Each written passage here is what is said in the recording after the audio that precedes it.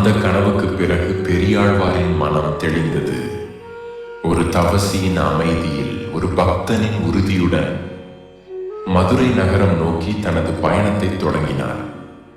மதுரை அரண்மனையில் அமைச்சர்களும் புலவர்களும் பண்டிதர்களும் ஒவ்வொருவரும் ஒருவருக்கும் மேல் ஒருவர் உளவியலான பதில்களை முன்வைத்தனர். முக்தி அடைவதற்கான பல வழிகள், பல நூல்கள், பல தத்துவங்கள். ஆனால் வல்லபதேவனின் உள்ளம் ஏதோ தேடியது பதில் இன்னும் வரவில்லை.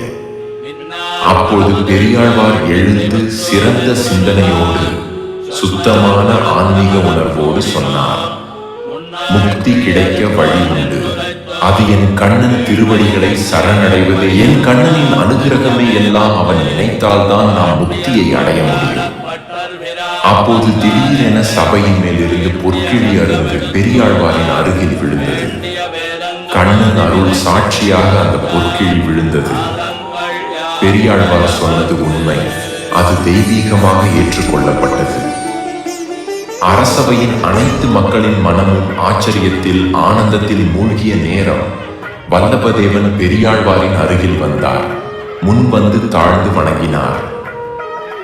ஓ பெரியாழ்வாரே, என் அரசவையில் ஒரு மாபெரும் பாகவதர், ஒரு அற்புதமான ஆன்மீக சிந்தனையாளர் கிடைத்த பெருமை.